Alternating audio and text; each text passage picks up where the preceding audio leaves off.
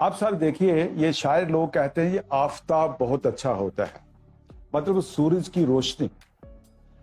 तो एक तरफ तो आप कह रहे हैं कि ये जो सिंथेटिक कॉस्मेटिक्स हैं ये बहुत, मतलब they are just like poison for us. इनको इस्तेमाल करते समय परहेज करना चाहिए, एक्सेसिव में नहीं करने चाहिए, क्योंकि मार्केट में अवेलेबल यही है। तो सर ये तो मैन मेड चीज है, तो क्या आप बता सकते हैं कि जो कुदरती चीज है, जैसे ये मौसमों का बदलना, गर्मी सर्दी पतझड़, ये भी आपकी स्किन पे कोई अपना नेगेटिव असर डालती है? बिल्कुल सर, बिल्कुल बिल्कुल डालती है। जैसे भी बात करें समर, सूरज, नाम हमारा भी सूरज है, मेरा भी सूरज है, ठीक है। आ, तो जैसे हर एक इंसान का ऑरा होता है ना, वैसे ही सूरज का भी, जो नेचुरल सूरज है उसका भी अपना एक ऑरा है। उससे क्या होता है, जो उनकी रेज होती हैं, सूरज की जो किरणें होती हैं, उसके अंदर अल्ट्रा वायलेट रेज होती हैं, जो कि रेडिएशन होती हैं। और अल्ट्रा वायलेट रेज अगर स्किन के अंदर पेनिट्रेट कर गई, तो ये रिपोर्ट भी है कई कई पोर्टल्स पे ऑनलाइन, कि आपको उस पेनिट्रेशन से, अगर वो आज पेनिट्रेट हुई है, तो उससे आपको स्किन कैंसर 10 साल बाद भी हो सकता है। इतना हार्मफुल होता है। बात करें समर की तो ठीक है। और क्लाइमेटिकल चेंज होता है, जैसे धूल है बहुत बहुत ज्यादा, ठीक है। अगर किसी हम ऐसे एनवायरनमेंट में चले गए जहाँ पे बहुत ज्यादा डस्ट है, तो वो क्या होगा, वो हमारे स्किन के ऊपर बिल्कुल ऐसे चिपक जाएगा और हमारे पोर्स को बंद कर देगा। ये भी एक क्लाइमेटिक फैक्टर है। बात करें सर्दियों की, सर्दियों के अंदर हमारी स्किन बहुत ज्यादा ड्राई होना चालू हो जाती है।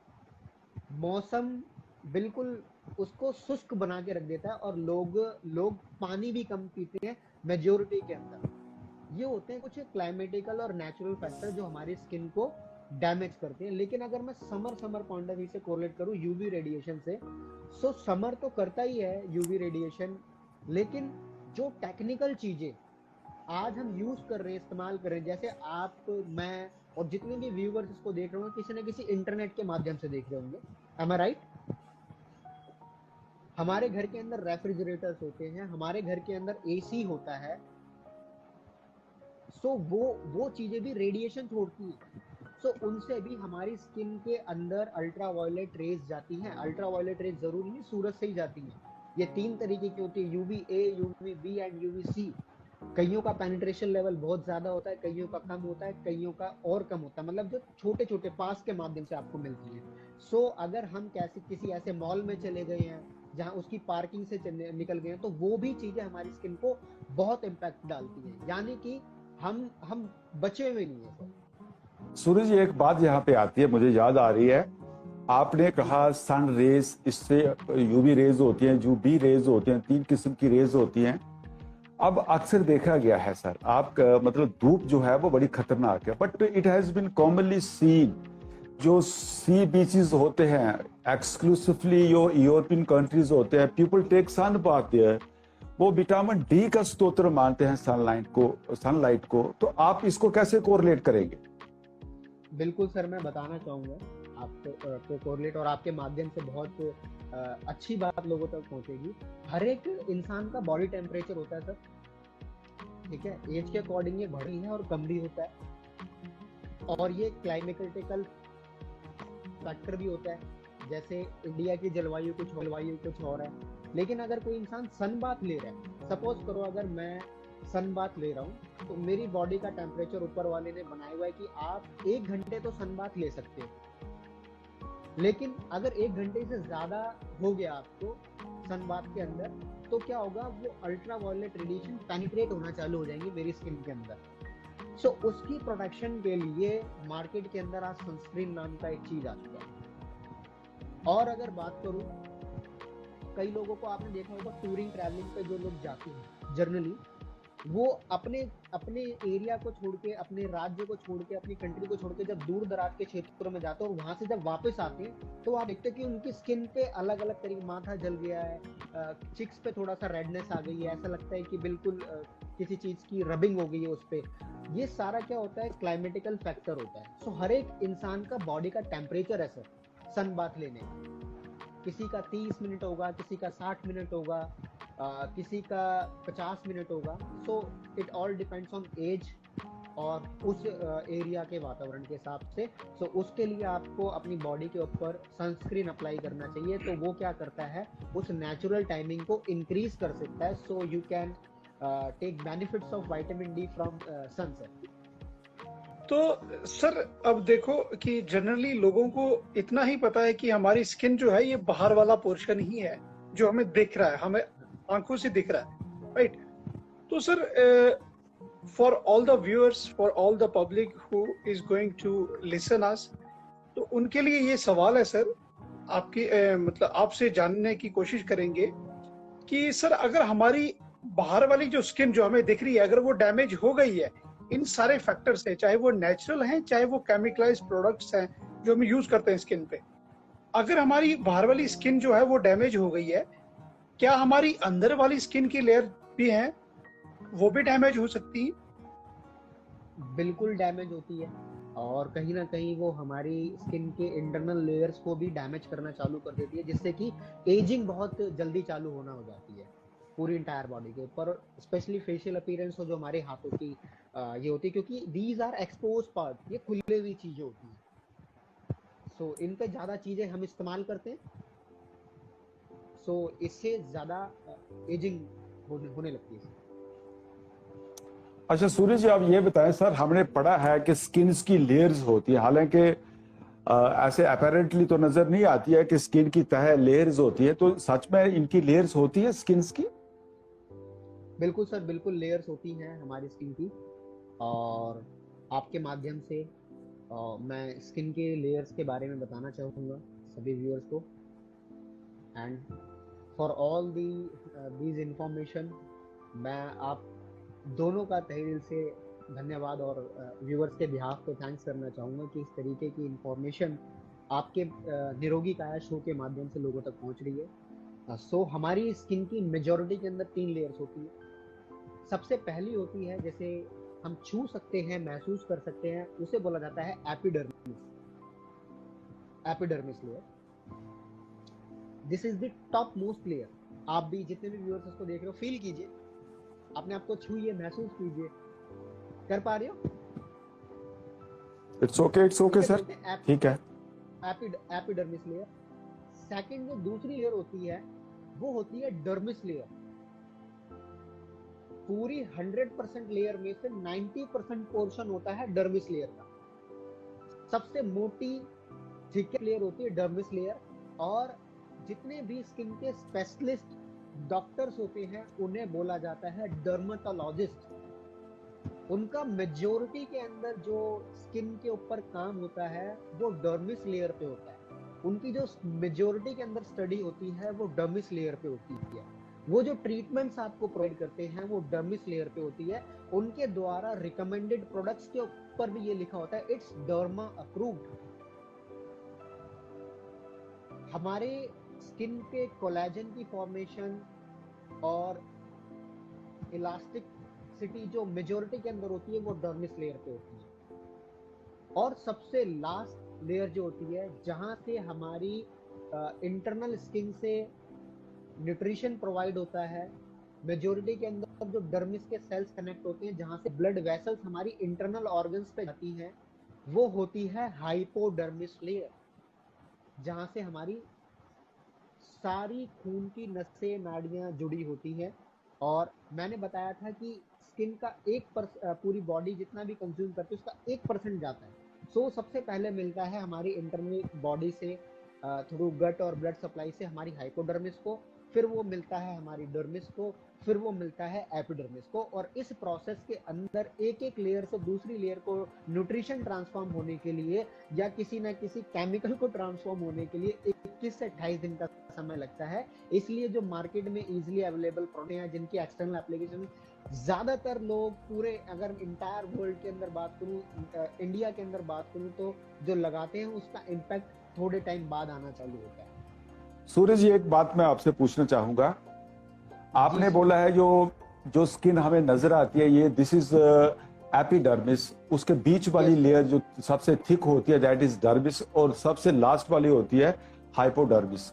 अब सब जैसे देखते हैं ना कि पानी के ऊपर अगर हम कागज डालते हैं तो वो डूबता नहीं है, उसके बॉटम तक नहीं जाता है। अगर पानी के ऊपर हम पत्थर डाल देते हैं तो व्हाट हैपेंस, पत्थर नीचे चला जाता है अप टू द बॉटम।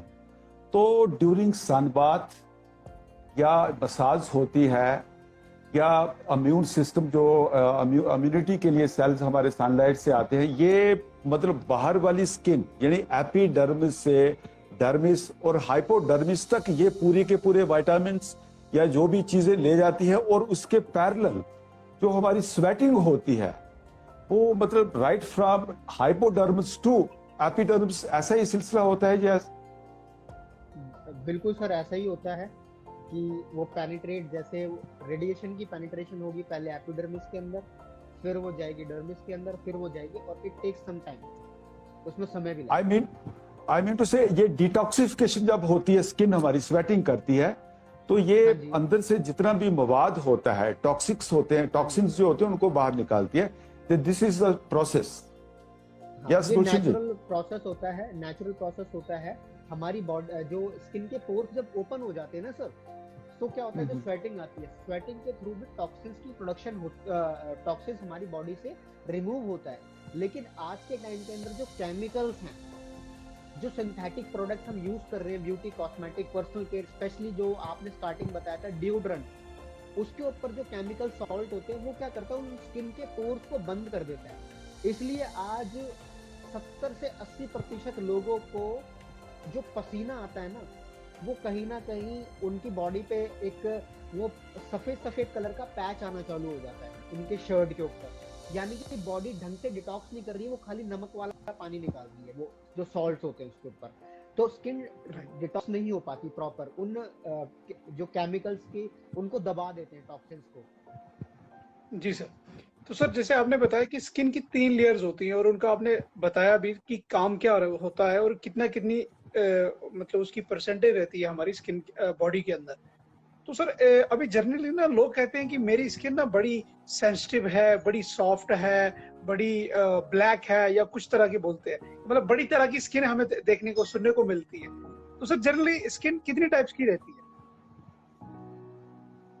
आपने मेजोरिटी के अंदर ये सुना होगा कि मेरी स्किन सेंसिटिव है, विजय सर। बिल्कुल गुलशन जी, बिल्कुल। सुना आपने? बट मैं आपको बताना चाहूंगा, there is no sensitive skin. Okay. आपकी स्किन या तो ड्राई होगी, आपकी स्किन या तो ऑयली होगी, और अगर बात करूं अकॉर्डिंग टू सर्वेस और जो रिपोर्ट आती है, जो रिपोर्ट्स अवेलेबल हैं रिसर्च इंस्टीट्यूट्स के पास, मेजोरिटी ऑफ केसेस के अंदर लोगों की स्किन होती है कॉम्बिनेशनल। सेंसिटिविटी सिम्टम्स है आपके स्किन का, सेंसिटिव स्किन नहीं होती। जैसे एग्जांपल के तौर पे बताना चाहूंगा, हम ठंडा या गर्म खाते हैं तो हमारे दांतों को सेंसिटिव लगती है, हमारे दांत सेंसिटिव नहीं है, इट जनरेट्स कुछ खाने या उसके बाद।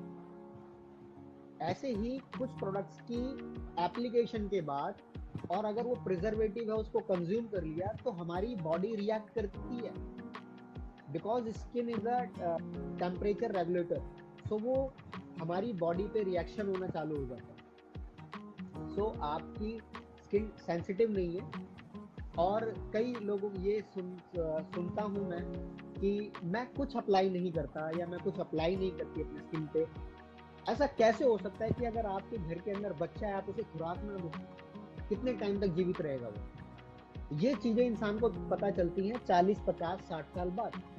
फिर वो कहीं ना कहीं ट्रीटमेंट्स, कहीं ना कहीं प्रोडक्ट्स की ओवरलोडिंग, तो वो अपनी एक्चुअल ब्यूटी को खो देता है, अपनी एक्चुअल हैंडसमनेस को खो जाता है, और कहीं ना कहीं स्किन के चैलेंजेस के दायरे में चलते चलते वो हो सकता है इस दुनिया को अलविदा कह दे, लेकिन एक्चुअल में अपनी ब्यूटी को एंजॉय नहीं कर पाता। सो ये हिडन फैक्टर के पीछे। एक चीज मैं आपसे दरियाफ्त करना चाहूंगा सूरज जी, आप मुझे ये बताइए, देखिए जो छोटा बच्चा होता है, he has got very fine skin, बड़ी अच्छी सॉफ्ट जैसी उसकी स्किन होती है, और जब बच्चा जवान हो जाता है तो जवानी में क्या होता है, ये एक कुदरती हुस्न होता है उसका, यौवन अपने मतलब he is in youth of his prime youth में जब वो होता है तो उसकी स्किन शाइन करती है।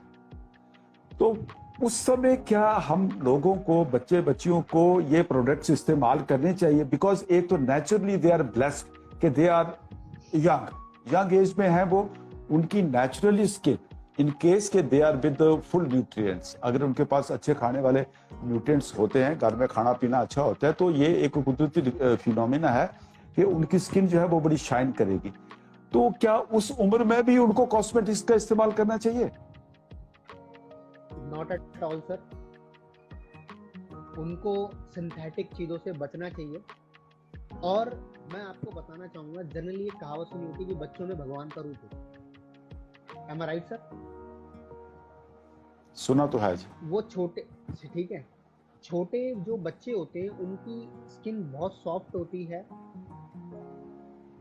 और उनकी जो डाइट होनी चाहिए, मैं अगर एग्जांपल के तौर पे बात करूं, क्या हम ऊपर वाले को कोई नॉर्मल खाना चढ़ाते हैं? उनके लिए स्पेशल प्रसाद बनता है, जिसे 56 भोग भी कहते हैं। सो आप अपने बच्चों को बचपन से ही आदत डालिए सुपर फूड कंज्यूम करने की। अब वो मिलेगा कहाँ से? वो मिलेगा आपको निरोगी कायास के एक्सपर्ट्स के रिकमेंडेशन से। आप अपने बच्चों को, अभी थोड़े टाइम पहले एक ऑर्गेनाइजेशन थी जिसका ऑयल और जिसका पाउडर हर घर के बच्चे ने लगाया, लेकिन उस पर बैन लग गया था। वो क्यों लग गया था?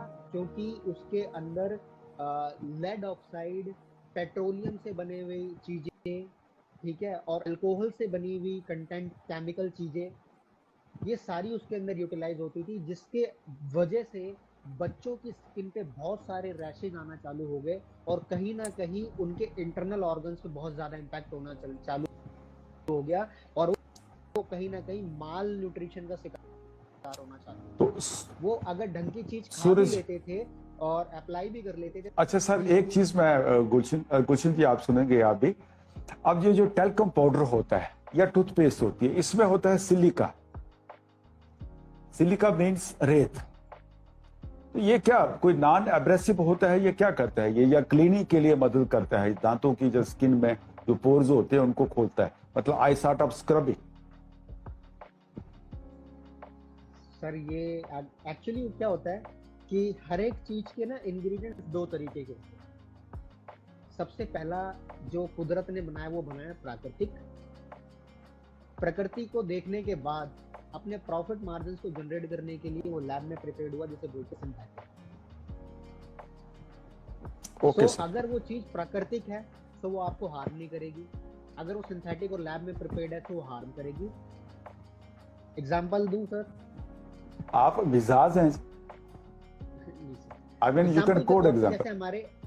जैसे हमारा पेस्ट होता है, उसके अंदर जो फॉर्म की फॉर्मेशन होती है, उसके अंदर जो चीज यूज होती है जिससे कि हमारे दांतों की जो इनामल की कोटिंग होती है वो घटना चालू हो जाती है, हमारे दांत और कमजोर होने लग जाते हैं। उसके अंदर यूज होता है SLS, that is sodium L'Oréal sulphate, ठीक है। वो क्या करता है?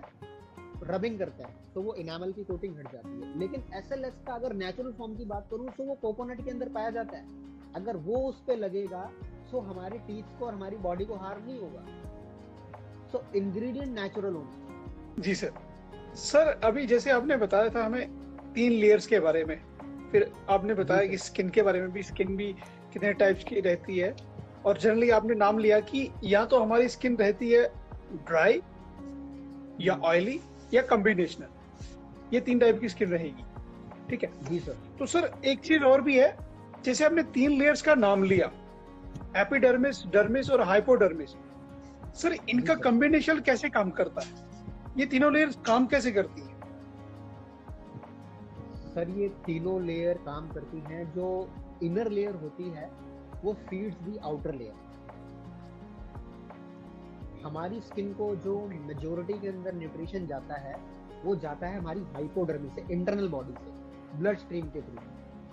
आप कितना ही बाहर से लगा लो, लेकिन अगर आपने इंटरनल बॉडी को कुछ अच्छा नहीं दिया तो लॉन्ग लाइफ आप एंटी एजिंग को गेन नहीं कर सकते और अपनी स्किन का ख्याल नहीं रखते। हाइपोडर्मिस को अंदरूनी तौर से जो खाना मिलेगा वो जाएगा आपको डर्मिस पे, और डर्मिस लेयर उसको अपना न्यूट्रिशन अब्सॉर्ब करने के बाद देगा एपिडर्मिस। सर जी सर। ब्यूटिफिकेशन की अब कॉस्मेटिक्स की दुनिया से एक टर्म है CTM, cleaning, toning and moisturising. ये क्या होता है सर? ओके, ये बात करूं तो CTM जो ये प्रोसेस है, ये हर एक इंसान को रेगुलर करना चाहिए अपनी स्किन को ध्यान में रखते हुए। CTM के बारे में बात कर रहे थे। स्किन केयर की अगर बात हो सिर्फ कि मेरे को अपनी एक्सटर्नल स्किन को हेल्दी रखना है, सो आप क्लिनजिंग, टोनिंग और मॉइस्चराइजिंग बाहर से कीजिए। लेकिन अगर एक इंसान को, जैसे हमारा सेशन पूरा है complete skin care anti ageing के ऊपर, सो अगर आपको लॉन्ग लाइफ तक चाहना है कि आप अच्छा दिखो और बेहतर महसूस करो और एंटी एजिंग को अपना डेली लाइफ के अंदर पार्ट बनाना है, so you have to do CTM internal as well as external. Cleansing of your organs internally and cleansing of your organs, like जितने भी हमारे बाहर के ऑर्गन्स मैंने आपको बताए थे कि हमारे जो प्रोटेक्टिव लेयर के ऑर्गन्स होते हैं, जैसे स्किन हो गया, हमारे नेल्स हो गए, हमारे बाल हो गए, उनको आपको बाहर से क्लीन करना है। क्लीनिंग, टोनिंग, हमारे ऑर्गन्स को न्यूट्रिशन वैल्यू पूरी मिलनी चाहिए इंटरनल और एक्सटर्नल, और वो न्यूट्रिशनल थेरेपीज से ही मिल सकता है। मीन्स आप अच्छा न्यूट्रिशन कंज्यूम कीजिए। मॉइस्चराइजिंग क्या होता है कि आप डीप पेनिट्रेशन वाला मॉइस्चराइजर एक्सटर्नल अप्लाई कीजिए ताकि आपके स्किन के सेल्स और टिश्यूज हाइपोडर्मिक लेयर से हेल्दी हो, और आपके इंटरनल ऑर्गन्स कैसे मॉइस्चर होंगे, वो होंगे बहुत अच्छी मात्रा में पानी कंज्यूम करने से। और पानी पीने के भी तरीके होते हैं। कई लोग जनरली क्या होता है कि पानी को गट करके जल्दी जल्दी पी जाते हैं, बट मैं बताना चाहूंगा कि खाने को पीना चाहिए और पानी को खाना चाहिए। खाने को इतना च्यू कर लो कि वो हमारे ऑर्गन्स को बहुत लोड ना पड़े उसे ढने में, जिससे कि हमारे ऑर्गन्स को न्यूट्रिशन वैल्यू बहुत अच्छी, हमारे ऑर्गन टोन्ड हो जाएंगे इंटरनल। और पानी को सिप करके पियो पूरे दिन के अंदर, जिससे कि हमारे ऑर्गन्स के अंदर मॉइस्चर बिल्कुल लॉक हो जाए। ऐसे बाहर से एक अच्छी क्वालिटी का मॉइस्चराइजर आप अप्लाई कीजिए। तो CTM रेगुलर होना चाहिए, और एक्सटर्नल के लिए आपको दिन में 2 बार करना चाहिए। अगर बात करूं स्किन केयर की, वो मॉर्निंग भी होना चाहिए और इवनिंग भी होना चाहिए। CTM का जो प्रोसेस होता है, CTM को अगर फॉलो कर लिया आपने, तो एंटी एजिंग को लाइफ लॉन्ग एंजॉय करोगे, इंटरनल और एक्सटर्नल एज वेल। सर बिल्कुल, जैसे आपने बताया कि क्लीनिंग, टोनिंग और मॉइस्चराइजिंग हमें दिन में 2 बार करनी चाहिए, अपने इंटरनल ऑर्गन्स की भी और स्किन की भी। लेकिन अब जस्ट सर जनरली आपसे मैं बात करूंगा, और काफी कॉमन वो चीज है कि जैसे ही हमारे कभी रिलेटिव्स में या फैमिली में कोई फंक्शन वगैरह अरेंज होता है ना, कोई फैमिली गैदरिंग होती है, तो जनरली लेडीज का माइंडसेट ऐसा रहता है कि हमें पार्लर जाना है, अपने फेस को बड़ा ग्लो करना है, उसके ऊपर उसको अच्छा दिखाना है, दिखना चाहिए, हमारी लुक ना डिफरेंट होनी चाहिए। तो सर वो जनरली मेकअप करवाने के लिए जाती हैं या फेशियल करवाने जाती हैं? वो उनके चेहरे पे जो चमक आती है उस पार्लर में जाके, तो एक्चुअली उनके साथ होता क्या है उस पार्लर में जाके? मैं कह रहा हूँ कि आप गलत कह रहे हो। फेशियल के बाद नहीं, फेशियल से पहले जैसी अपॉइंटमेंट बुक होती है ना, यस हम फेशियल कराएंगे तभी ग्लो आना चालू होगा। राइट, जैसी अपॉइंटमेंट बुक होती है। एक्चुअल में क्या है, पिछले 2 साल के अंदर स्किन केयर इंडस्ट्री के अंदर इतनी तेजी से बूम आया है। विमेंस तो है ही पहले से, मतलब जो कहते हैं कि गर्ल्स और विमेंस नेचुरली खूबसूरत होते हैं, ब्यूटीफुल होते हैं, लेकिन पिछले 2 सालों के अंदर इतना क्रेज आया स्किन केयर और फेशियल को लेके, मास्क को लेके, मेंस और बॉयज को, कि स्किन केयर की जो इंडस्ट्री है इतनी तेजी से आगे बढ़ रही है, इसी की वजह से डुप्लीकेशन और केमिकलाइजेशन भी बढ़ चुका है। सो अब बात करें अपने टॉपिक की, फेशियल पे क्या होता है। फेशियल और मेकअप आपको टेम्पररी लुक, आप एंटी एजिंग को लाइफ लाइफ एंजॉय करना चाहते हो, सो आपको मेकअप और फेशियल से बचना चाहिए। आप regular, skin care is the regular process, implementation. और आज के टाइम के अंदर वो 2D, 3D, HD ग्लो वाले फेशियल्स आ गए मार्केट के अंदर। आपको ये समझ, we are human beings, we are not robots, हम ह्यूमन बीइंग्स हैं, तो नेचुरली वो करें। वहां क्या होता है, वहां पे सबसे पहली जो चीज होती है वो क्लीनिंग पे फोकस किया जाता है, वो भी CTM को ही फॉलो करती है। सबसे पहले क्लीनिंग होती है चमचमाते हुए स्क्रब से। अब मैं लोगों को यहाँ पे अवेयर करना चाहूंगा, बताना चाहूंगा, आप उस स्क्रब को लेके कभी आपने वो स्क्रबिंग करी हो ना, जब आप उसको रगड़ोगे तब आपको पता चलेगा कि वो जेंटल नहीं होता, सॉफ्ट नहीं होता। वो हैवी मसाज इसलिए दी जाती है क्योंकि उस प्रोडक्ट के अंदर उसकी पेनिट्रेशन पावर इतनी नहीं होती कि वो हाइपोडर्मिस लेयर को पे ग्लो ला सके। सो उसके जो ग्रैन्युअल्स होते हैं, उन प्रोडक्ट्स के अंदर जो ग्रैन्युअल्स होते हैं, मेजोरिटी के अंदर वो ट्रायंगुलर केसेस के होते हैं। सो वो जहां जहां लगता है सो वो स्किन के सेल्स को डैमेज करने लग जाता है। हमारी जो डर्मिस लेयर होती है बिल्कुल मोटी सी, जिसके अंदर से ब्लड वेसल जाके हाइपोडर्मिस तक जाती है, वो भी कटने लग जाती है और खून का रिसाव, उनका बहाव तेज होने लग जाता है, जिसकी वजह से एक इंसान को लगता है कि मेरे चेहरे पे लाली आ गई।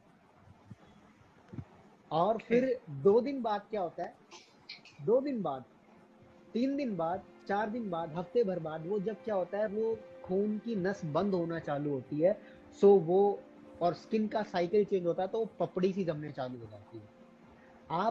आप खुद कॉमन सेंस लगाइए, क्या आप रेगुलर मेकअप कर सकते हो?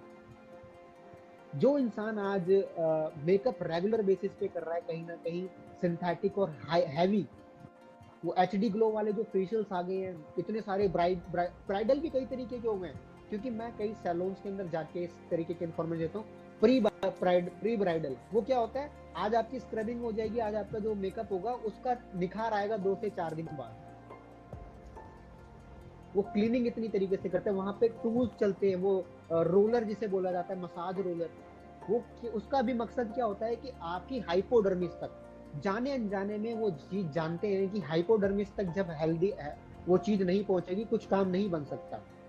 सो वो आपको एक अपीयरेंस, एक तरीके का नकाब दे देंगे आपको थोड़े टाइम के लिए, 2 दिन के लिए, 3 दिन के लिए, 4 दिन के लिए, लेकिन वो नकाब कभी तो उतरेगा। मैंने बहुत कोशिश करी कि सिंपल लैंग्वेज के अंदर, सो वो जिस दिन नकाब उतरेगा असलियत सामने उस दिन होती है। ये जरूरी नहीं है विमेंस के साथ हो, मेंस के साथ भी होता है, ठीक है? जब वो शेविंग कराते हैं, जब वो स्क्रबिंग कराते हैं, सो आज दोनों इसका पार्ट बन चुके हैं। और मैं बताना चाहूंगा, स्किन केयर सिर्फ फीमेल्स के लिए नहीं है। क्या हम नहीं चाहते कि हम अच्छा दिखे, बेहतर महसूस करें?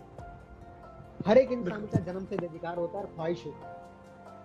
सो right sir, right, okay sir, okay. आप सर, मैं मुझे आपकी बात सुनकर एक पुराना गाना है सर, वो याद आता है। तो मेकअप के बाद, फेशियल के बाद आदमी जब शाम को हम देखते हैं बंदा या जो भी होता है, तो वो बड़ा शाइनिंग वगैरह लगता है। सुबह वो पहचाना नहीं जाता है कि मैंने, ऐसा लगता है जैसे इसको मैंने कभी देखा हुआ है। तो क्या मिलिए ऐसे लोगों से जिनकी सूरत छुपी रहे, असली चेहरा, नकली चेहरा सामने आए, असली सूरत छुपी रहे। This is your facial, you need to say sir. अब मैं बात पूछूंगा जनाब से, इंटरनेशनल मार्केट में, जिसकी कॉस्मेटिक की दुनिया में या एंटी एजिंग की दुनिया में बहुत ज्यादा मार्केट है, बहुत ज्यादा डिमांड है, दैट इज कोलेजन। ये कोलेजन क्या होता है सर, इसको तफसील से बताएं जी आप। बिल्कुल सर, मैं बताऊंगा। और आजकल तो कोलेजन के नाम पे इतनी सारे डाइटरी सप्लीमेंट्स आ चुके हैं मार्केट के अंदर, इतनी सारी क्रीम्स, इतने सारे प्रोडक्ट्स आ चुके हैं मार्केट के अंदर, बस collagen collagen collagen. Collagen actual में क्या होता है मैं बता दूं, इट्स अ प्रोटीन। ये हमारे स्किन के सेल्स की प्रोडक्शन करता है, एंटी एजिंग सेल्स की प्रोडक्शन करने में हेल्प करता है, इसलिए कोलेजन मार्केट में आज ज्यादा बिक रहा है। ये बेसिकली हमारे स्किन के सेल्स की प्रोडक्शन में बहुत हेल्प करता है और हमारे स्किन के सेल्स के लेयर पे प्रोटेक्टिव चीजें बनाता है, जिससे हमारी स्किन लंबे समय तक, जैसे हम इंसान मतलब अपनी ब्यूटी को प्रिजर्व कर सके, उसको मेंटेन कर सके। लेकिन अगेन वही चीज घूम फिर के आती है कि आप वो कोलेजन की फॉर्मेशन नेचुरल चीजों से कर रहे हो या सिंथेटिक चीजों से कर रहे हो। अगर बात करूं कोलेजन हमें किस क्वालिटी का इस्तेमाल करना चाहिए, सबसे जो बेस्ट कोलेजन होता है, जो हमारी स्किन की सेल्स को एंटी एजिंग का रूप देता है, वो होता है मरीन कोलेजन। मरीन कोलेजन मतलब जो समुद्र तल की गहराइयों से इंग्रेडिएंट्स निकाल के जो बनाए चीजें बनाई जाती हैं जिससे कि हमारे स्किन नेचुरल वो प्रोटीन और एंजाइम्स बना सके, that is collagen formation of marine collagen. और ये अनदर प्रोटीन्स को भी हमारी स्किन में हेल्प करता है, जैसे इलास्टिन हो गया, बायोटीन्स हो गए। इनको हेल्दी रखने के अंदर, इनकी फ्लेक्सिबिलिटी को मेंटेन करने के अंदर बहुत हेल्प करता है। जैसे अगर एग्जांपल दो तो जैसे आप अपनी स्किन के गाल को, चिक को या हाथ को दबा के देखिए, ये क्या होता है, वापस ऐसे आ जाता है, वापस ऐसे आने लगता है, यानी कि दबाने के बाद वापस हो गया है, तो हमारी स्किन की फ्लेक्सिबिलिटी सही है। कई लोगों के ना डिंपल्स होते हैं, सॉरी पिंपल्स बोल दिया, डिंपल्स पड़ते हैं। वो एक्चुअल में लोग कहते हैं कि ये बहुत अच्छा है, लेकिन वो स्किन का इश्यू है, वहां पे स्किन सेल डैमेज है, इसलिए वहां पे वो ज्यादा गहरा हो जाता है, वो वापस नहीं आ पाता। लोग उसको मतलब नाम देते हैं कि पर्सनैलिटी एनहांसमेंट का, बट इट्स स्किन इशू। तो लोगों को ये समझना चाहिए। So collagen is a protein. Okay, ये बड़ी अजीब बात आपने बना दी कि वो डेड सेल्स होते हैं। वो कहते हैं ना, खूने जिगर के कतरे जो अश्क बन के टपके, किस काम के लिए थे, किस काम आ रहे हैं। लोग इसको तसव्वुर करते हैं साइन ऑफ ब्यूटी। आपने कहा ये डेड सेल्स Yes, होते हैं। It's okay, I agree with it. अब सर एक और चीज बड़ी आम है कि पानी पीने से आपकी स्किन की जो इलास्टिसिटी है वो मेंटेन रहती है, आपकी स्किन हाइड्रेटेड रहती है। Is it fact? फैक्ट है, सही भी है सर। ये हमारी स्किन के पीएच को बैलेंस करता है। और मैंने बताया था कि हमारी स्किन 4 चीजों से बनती है, फैट से, मतलब 4-5 चीजों से बनती है। फैट्स हो गया, मिनरल्स हो गया, प्रोटीन्स हो गया, वाटर हो गया। सो कहीं ना कहीं जो मिनरल है, कहीं ना कहीं वो वाटर है, वो सोर्स है उसको हेल्दी बनाने के लिए, इलास्टिसिटी को मेंटेन करने के लिए। इलास्टिसिटी को मेंटेन करने के लिए जो फूड फॉर्म चाहिए होती है, वो मिनरल चाहिए होती है, और कहीं ना कहीं पानी is a natural source of mineral. इसलिए आजकल प्रोडक्ट के पीछे ना लिखा भी आता है H2O वाटर। Yes sir. अब सर देखो, a power house of anti aging, I will repeat, power house of anti aging, that is hyaluronic acid. Is it true? Power house तो बिल्कुल है सर। और मैं हाइलुरोनिक एसिड के बारे में अगर थोड़ा सा अवेयर करूं लोगों को, तो स्किन के जितने सर्जरीज होती हैं to enhance the beauty, to enhance the charm, अपनी स्किन पे टाइटनिंग इम्पैक्ट लाने के लिए, आपने मेजोरिटी के अंदर ये सुना होगा कि वो स्टार सेलिब्रिटी वहां गया अपनी स्किन की सर्जरी कराने के लिए, वो उसने ये सर्जरी कराई, वो सर्जरी कराई। उस सर्जरी के अंदर जो इंग्रेडिएंट इंजेक्शंस के फॉर्म के अंदर यूज होता है, उसके अंदर मेजोरिटी के अंदर जो कंटेंट होता है वो होता है HA का, हाइलुरोनिक एसिड का। क्यों? क्योंकि हाइलुरोनिक एसिड अगर बॉडी को डाइटरी सप्लीमेंट के फॉर्म के अंदर मिले, सो इट्स लाइक अ लहसुन जो होता है, जिसे गार्लिक बोलते हैं, वो पूरा का पूरा डाइजेस्ट नहीं होता, उसे कूट के खाना चाहिए। वो कूट के डाला जाता है किसी चीज में ताकि वो डाइजेस्टेबल बन सके। ऐसे ही हाइलुरोनिक एसिड डाइटरी सप्लीमेंट के फॉर्म के अंदर आपको मार्केट में बहुत कम मिलता है, क्योंकि उसके लिए पेटेंट टेक्नोलॉजीज चाहिए कि वो बॉडी डाइजेस्ट कर सके, उसके लिए अप्रूवल्स चाहिए। सो हाइलुरोनिक एसिड बहुत बड़ा बूमिंग सेक्टर है एंटी एजिंग के लिए, और बहुत एसेंशियल भी है। आपको जवान, मतलब बॉडी के अंदर रिवर्स गियर लगा सकता है। चलो एक चीज और है सर, जो अगर मेरे ये व्यूअर्स जो यहाँ पे जितने भी लोग सुन रहे हैं या देख रहे हैं, ये उनको लोग अगर वो टीवी देखते हैं तो टीवी पे ऐड आती है कि हाइलुरोनिक एसिड जो होता है ये आपके फेस का जो रेडिएशन है ना, उसको रेडिएंट बनाता है to the extent of 43%। This is amazing sir. अच्छा सर, आप चलते चलते ये बताइए मुझे, आप ये मेकअप होता है, ये क्या होता है, ये किस लिए होता है? Is it A lamination? Makeup थोड़े टाइम के लिए आपकी स्किन को बहुत ग्लैमरस दिखा सकता है, लेकिन क्या होता है कि it's a temporary solution. Makeup के जो अंदर इंग्रेडिएंट यूज होते हैं, अगर ऑर्गेनिक है तो वो CTM के अंदर भी आपको हेल्प करेगा। बट अगर वो उसके अंदर इंग्रेडिएंट सिंथेटिक है, तो आप सीटीएम को फॉलो नहीं कर पाओगे और वो टेम्पररी सॉल्यूशन आपको दे देगा, एक नकाब बन देगा। सर, इनको लोगों को ये भी बता दीजिए कि आफ्टर मेकअप जब आपका फंक्शन ओवर हो जाता है तो इसको लगे लगाए ही सो जाना होता है या उतारना होता है? अगर उतारना होता है तो कैसे उतारना है? सर, इसको हमेशा रिमूव करना चाहिए। मैं व्यूवर्स को बताना नहीं चाहूंगा, आप एंटी एजिंग को एंजॉय कर रहे हो तो डियर्स को फॉलो कर लीजिए। उसका एक पार्ट होता है जिसे बोलते हैं रिमूव मेकअप। आपने सोने से पहले रेगुलर रिमूव करना है। जनरली क्या होता है कि इसे नॉर्मल पानी आप डालिए और पानी के छींटे मारिए और जो टॉवल टिश्यूज जो भी आप यूज कर रहे हो उसको प्रेस करके इसे रिमूव करिए। आपने इसको रगड़ना नहीं है, अदरवाइज उसके अंदर जो इंग्रेडिएंट्स यूज होते हैं वो स्किन के सेल को डैमेज कर देंगे। और कुछ मार्केट में मेकअप रिमूवर्स भी होते हैं, but it should be alcohol free और MIT फ्री होने चाहिए वो, ताकि वो आपके स्किन को मींस हार्म ना करें। सो यूज ऑर्गेनिक मेकअप रिमूवर अगर आप यूज करते हो, अदरवाइज पानी से अच्छा सोर्स नहीं हो सकता। अगर कोशिश कीजिए हल्का गुनगुना ले लीजिए, हल्का, जो स्किन को डैमेज ना करे, क्योंकि ठंडा Okay, होगा sir. तो वो बिल्कुल फ्रीज कर देगा। Right sir. अच्छा सर, एक चीज हो रहा है अब, ये this is a universal truth के सब्जी आजकल हर मौसम में, किसी भी मौसम में कोई भी सब्जी आपको मिल सकती है, और कहते हैं कि बेमौसमी जो सब्जी होती है दैट लूजिंग, मतलब उसमें दैट लैक्स न्यूट्रिएंट्स और टेस्ट, उसमें ना न्यूट्रिएंट्स होते हैं ना टेस्ट होता है। ऐसे ही मैं ये पूछना जनाब से चाहूंगा कि जो हर वक्त हम अपने बालों को रंगना, लाल, पीला, सैला, नीला जो भी करते हैं या डाई का इस्तेमाल करना है, तो it's okay, look wise you look colourful, लेकिन हेल्थ वाइज, बालों की या स्कल्प की हेल्थ वाइज में इसका क्या रोल रहता है? वो रोल ये रहता है सर कि वो कहीं ना कहीं हमारे, अगर बालों की बात करें सिर्फ, सो वो हमारे हेयर्स के सेल्स को भी डैमेज करता है। वो आपको एक अपीयरेंस दे देगा थोड़े टाइम के लिए, आपकी इंजॉयमेंट पॉइंट ऑफ व्यू से वो ठीक है, बट लॉन्ग टर्म के लिए वो बेनिफिशियल नहीं है।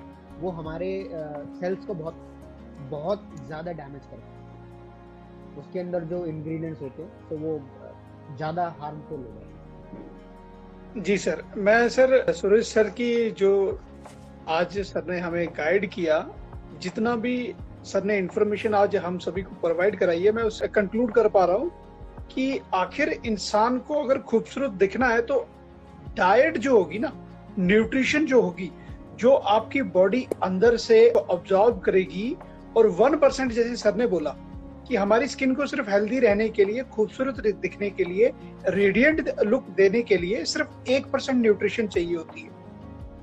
तो सर सूर्य सर, मैं आपसे ये पूछना चाहूंगा कि वो सर किस तरह की न्यूट्रिशन जो होगी वो एक इंसान को खूबसूरत दिखने के लिए लेनी चाहिए?